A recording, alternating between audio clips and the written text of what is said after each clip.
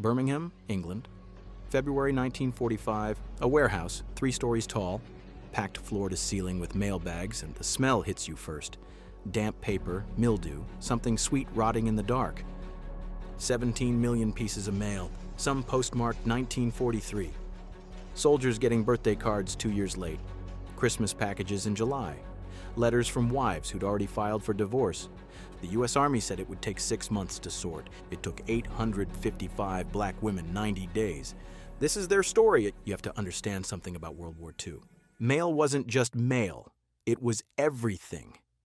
A letter from home could keep a soldier going for weeks. A package with cookies or socks or a photo. That was proof someone remembered you existed. The military knew this. They had a saying, no mail, low morale. By early 1945, the mail system had collapsed.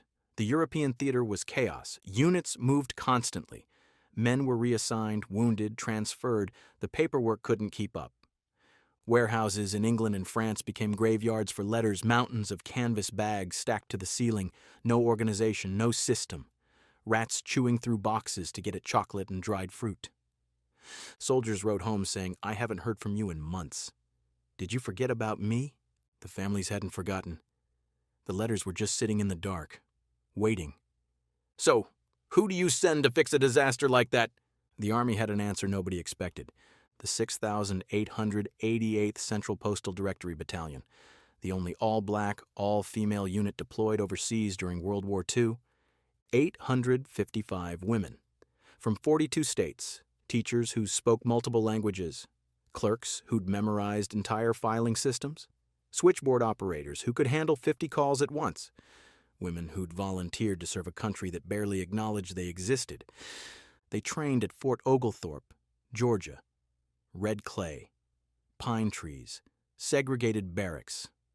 They learned military postal codes, routing systems, how to track units across a moving battlefield. They marched until their boots fell apart and their shoulders stopped aching from the weight of a rifle. And at the center of it all, Major Charity Adams. She was 24 years old when she took command. Born in South Carolina during Jim Crow, taught math at a segregated high school, top of her class, graduated college at 20. She joined the Women's Army Corps because she believed in serving a country that didn't fully believe in her. Charity Adams didn't raise her voice. She didn't need to. When she walked into a room, people straightened their backs without thinking about it. She told her women, we have one job. Get the mail through. Do it fast. Do it right. Show them what we're capable of. In February 1945, they boarded the SS Ile-de-France. The Atlantic crossing took 9 days. Blackout conditions every night. U-boats still prowling the water. Some of the women had never seen the ocean before. They landed in Scotland, then England. The warehouse was waiting. Birmingham, the warehouse was 3 stories of frozen chaos. No heat. Breath came out in clouds. The women wore every layer they had and still shivered. Bare bulbs barely cut through the dark. Blackout curtains meant no sunlight, even during the day. The mail was piled like a mountain range. Bags that had been sitting there so long the rope was rotting. Packages burst open, contents spilling everywhere, addresses smeared, names illegible. Some envelopes so damp they fell apart when you touched them. The Army's estimate? 6 months to clear it. The women looked at the mountain. They didn't panic. They didn't complain. They built a system. First, 3 shifts, 8 hours each. Around the clock, the warehouse never slept. Second, workflow. Intake on one side, sorting in the middle, output to the loading docks. Clear lanes marked on the floor. No wasted movement. Every station had scissors tied to the table with twine because reaching for tools cost seconds. Third, the index. This was the heart of everything. A card for every American soldier in Europe, name, rank, serial number, unit, last known location, nicknames, common misspellings. If you were Robert Smith, they figured out which Robert Smith you were. If your mother called you Bobby and your buddies called you Smitty, both names went on the card. If your unit moved last Tuesday, they updated the card by hand. They built a living map of the entire American Army on paper. The numbers started climbing. 65,000 pieces of mail sorted in 8 hours. Then they did it again and again. The chalkboard counter ticked upward in fat white strokes. 130,000, 200,000, 500,000. A 6-month job started looking like 3. Something happened when a team finds its rhythm. The warehouse became a machine made of people. Hands moved without thinking, eyes scanned addresses at speeds that didn't seem human. Index cards flicked forward and back, stamps thumped, rope scratched, someone started humming, and by the end of the shift, 20 women were humming the same melody without realizing it. Mistakes dropped to almost 0. A letter came in, got routed, went out. Minutes, not days. But the women weren't machines, they were human, and the world around them didn't always see that. Not everyone was happy about black women running the operation. Some white officers took their time with respect. Others never offered it. A visiting general showed up one afternoon, looked around, didn't like what he saw, or maybe didn't like who he saw doing the work. He found Major Adams. "I'm thinking about replacing your officers with white men. Get this operation running properly." Adams didn't blink, didn't step back, didn't raise her voice. "Over my dead body, sir. Not a request, not a negotiation, a line in stone." The general stared at her. The warehouse went quiet. Women stopped sorting to watch. He backed down, turned around, left. The work continued. That story spread through the battalion like wildfire. Not because Adams had been loud or dramatic, because she'd been calm, because she'd refused to let her women be replaced by people who hadn't done a single hour of the work. Leadership looks like a lot of things. Sometimes it looks like a 24-year-old woman telling a general no. The work was brutal, but the women found ways to stay human. Someone drew a cartoon of a rat wearing sergeant stripes, saluting a chocolate bar. It got pinned to the wall. Every time a new shift came in, someone would laugh at it. Care packages arrived for the unit. A jar of pickles became a trophy on somebody's desk.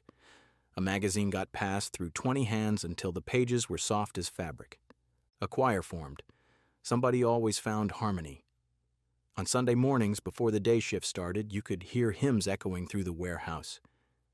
And there were moments that reminded them why the work mattered. A package came in with barely readable handwriting. Just a first name. Tommy. No last name. No unit. Inside, wool socks, coffee, a note from his mother.